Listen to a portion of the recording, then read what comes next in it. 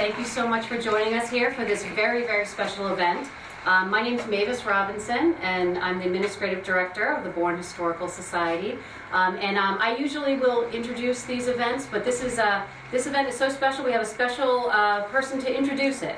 So there's lots of thanks to go around, and the next person coming up will be able to give appropriate thanks, but I wanted to make sure we thanked Bourne Community Television, who made this happen through sponsorship. I mean, we would not be here at this event with this beautiful display without them, so thank you to Bourne Community TV. And a big thanks to our next presenter, who made this happen, who had the idea, sent the email, made it happen, and followed through, to Mary Sicchio from the Bourne Historical Society.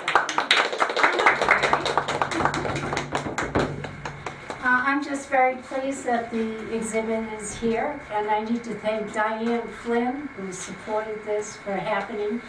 And I hope all you people tell everyone else that it is here. It's only here till June 24th, so we want more people to see it. And to tell more about the exhibit, we have one of the creators of the exhibit, and that is Stephen Peters. Yeah. Thank you. Well, I'm actually gonna turn it over real quick to Adam Whedon. He's a member of the Wampanoag Tribe, and he's gonna do 2 quick songs for us. And then after he wraps up, I'll talk about the exhibit.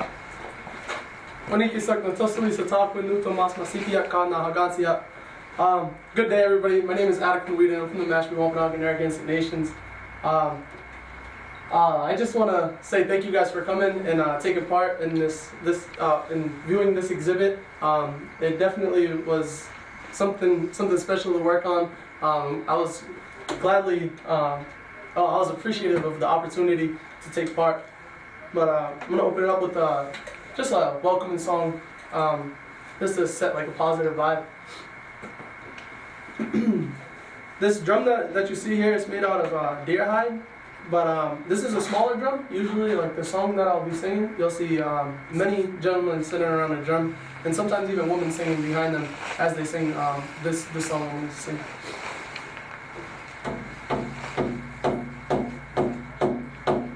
Hey,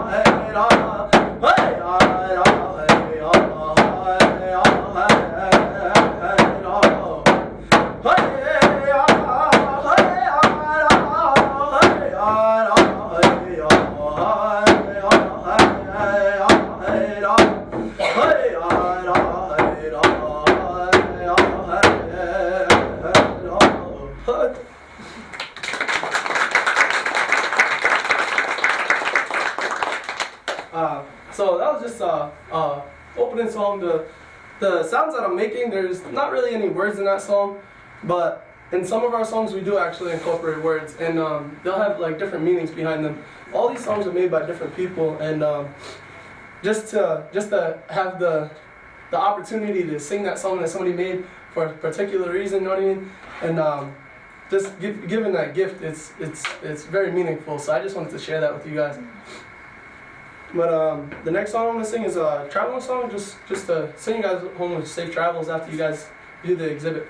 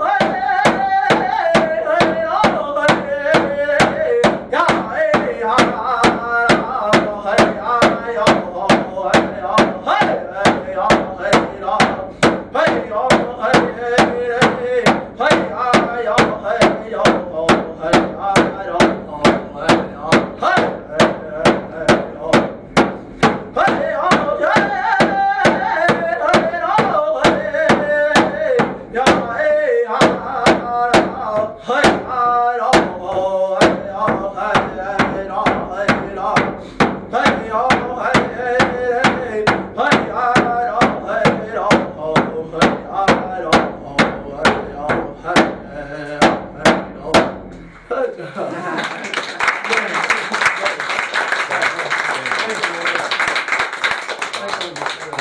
thank you. It was great actually having Adequan here to play that song, because this exhibit is called Our Story, and really it's all about telling the story of our ancestors in the voice of the Wampanoag people. And so having him here to drum and having you hear him is really appropriate for what this whole thing is all about for us. So thank you so much, Adequan. Good talk.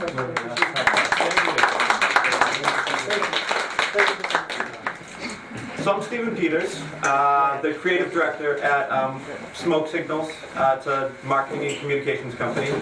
And my mother, Paula Peters, is one of the other principals that we have there as well. And she really spearheaded the research that went into this and the writing of the content. And I was more involved on the design and the implementation of it. But for us, it really was an emotional and really something that was close to our heart type of project that this is, because as we're going through each of these series that we have going on here, we're really reliving the story that our ancestors went through in their history. And so the first part that we have is captured 1614, and so that was the first installment that we had for this, and it's a series of 5 panels, and a lot of it is information that honestly was taken right from the manifests of the ships from Thomas Hunt. And so they were very, very meticulous about documenting everything that went onto their ships, including slaves as well. And so this story talks about some young men from the village of Aptucxet, which is now Plymouth, that were taken as slaves. So they originally went down to do some trading on the coast. There most likely were some very interesting different materials that they weren't accustomed to, and so they were excited to go down and probably do some trading. And these young men went down there, and unfortunately they were taken as slaves for one reason or another. Thomas Hunt took them off. One of those men was Squanto, as you come to know. And so that really tells the backstory of how Squanto ended up in Europe and learning English. How he came back is a story that we'll tell later on in the exhibit.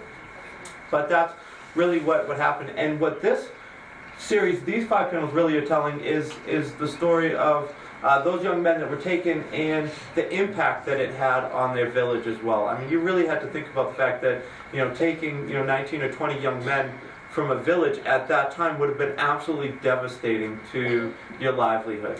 Every single person in that village played a part in that community and allowing it to thrive. And so when you take a large percentage of that population and rip them out of the community, that would have a really, really hard impact on the people and their ability to survive as well. And when you get into the testimonials that we have on the video, which I hope you'll all have a chance to listen to all of them, there we're really talking about the people that were left behind and what impact that would have on them, both emotionally as well as their ability to produce. So that was the first story that we told, and then we had an opportunity to expand the exhibit the following year in 2016, and we went into the Wampanoag territory. And so that's where we have this map here, and we worked very closely with Jessie Little-Dobert. She's the vice chair of the Mashpee Wampanoag Tribe, and really a noted historian and linguist as well. She's also responsible for reviving the Wampanoag language as well, which is a project that is still going on right now in the Mashpee Wampanoag Tribe. But she was fortunate enough to lend us the map that she had already done extensive research on. And so it shows just how far the Wampanoag Nation expanded. And what we're doing here is we're showing the map, and we're also talking about, well, how did you communicate between these villages as well? You didn't have cars, you didn't have phones, so how did important information get relayed back and forth? And one of the ways that important information got relayed back and forth is through a messenger runner. And so Adequan, who was just here drumming, is our messenger runner. So he played that part for us here, and we also had a little video that went along with it, which has a kind of cool little message at the end of it as well, so I'll let you guys kind of watch that and see. But it's about 2 minutes long, but there's a fun little message at the end of that one as well. And then we came to this year's edition, which again goes back into a little bit more of a difficult story for us to tell, which is the Great Dying. And there we're talking about upwards of 100,000 Native Americans from the Wampanoag Nation, from Cape Cod to Maine, that were just wiped out over the course of just a few years. We're talking 1616 to like 1619. 100,000 gone from the plague. The way that we think that plague came about probably wasn't anything that was malicious. There's a story of a French ship that crashed on the shores of Aptucxet, and one of the sailors was probably sick, came ashore, had contact with the natives there, and they had no immunity to it, and it just spread like wildfire. And that's what eventually led to the desertion of Aptucxet Village in 1619. And nobody would go back there. I mean, if you could imagine at that time, seeing entire villages get wiped out, you would say, no, I'm not going there. You don't understand where it came from or how it happened. You just know that that's a bad area to go to. And so it was basically cordoned off, and you didn't go there. Which is an important piece because, as we know, in 1620, Aptucxet became Plymouth Colony. And so why it was chosen as that colony is because it was already set up as a village and just deserted. And so they were able to just move right in. So all of these pieces really are telling that important backstory to this nation's founding and how we came to be where we are today. What really is nice for us is we're going to continue to expand on this every single year. So next year we're going to be adding on a piece about powwow. And if you guys haven't had a chance to ever attend a powwow, I strongly urge you to get out there and see it because it is just a beautiful display of culture. There's the music, there's the dancing, there's crafts, there's arts, there's games. It's all right there, and it's just a wonderful, wonderful thing to go to. So we want to really kind of bring that feeling right into this exhibit. We're going to do it by bringing in some powwow drums as well as some different materials as well, wampum, beadworks, and pottery, and put it out here on display. So it'll take the whole exhibit and really kind of add a new dimension to it as well. Some other pieces that we'll be adding on after that will be governance, which is a really important piece because there's a lot of similarities between the way that the Wampanoag nations govern themselves and how they were able to govern such a vast nation as well and keep everybody moving forward together and on the same page, and how this democracy in the United States is run as well. And there are actually stories of Benjamin Franklin coming to a longhouse to really get a better handle on how they were able to govern each other. So governance will be a big piece that we add onto it, and then we're going to add on a piece around Squanto returning as well, which is significant to all of our stories. So, but again, it's really important because we're telling it in the voice of the Wampanoag people, in our way, and that's what's really, really so important about this. And then we're going to close the whole thing out in 2020 with the National Day of Mourning. And so that will wrap it up, and at that point we should probably be in a large commemoration of the 1620, the 400th anniversary of that. So we're very thankful to have been able to work with Plymouth 400 and for them to work with us and allow us to tell this story. And I'm glad that we're able to come here and share it with all of you as well, and I really hope you enjoy it. But take some time, watch the videos, and I hope you walk away with a new perspective on this nation's founding. I think to wrap it up, could we watch together? It takes quite a while to go through all the individual narratives, but probably the messenger. Maybe we could watch that together, because this involves Bourne. You can see him going from Mashpee, and he has the Indian name of Bourne, and he's traveling the Megantic Trail. The only remaining section of the Megantic Trail in existence is part of the Carter Beale reservation area, conservation area, which is owned by the town of Bourne.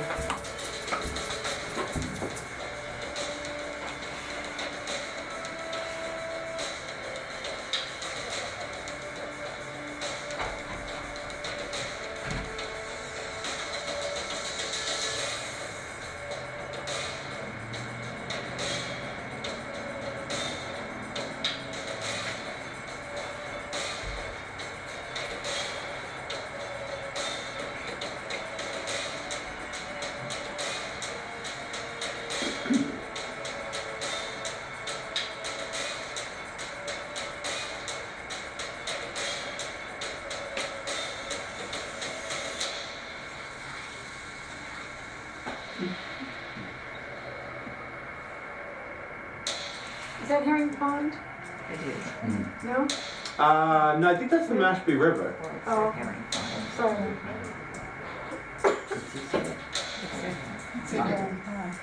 Is it?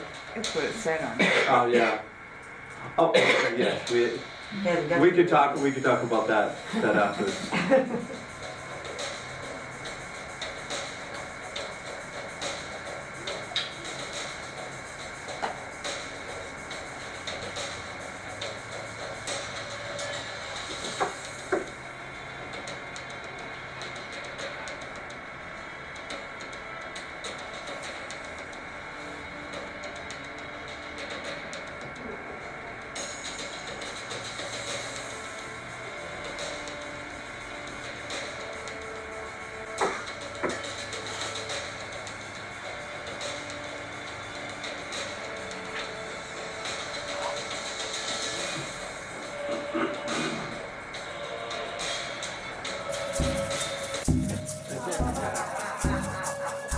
Well, I want to begin the first opening of our new exhibit on the Wampanoag 400 history. It's wonderful to have it here in Bourne.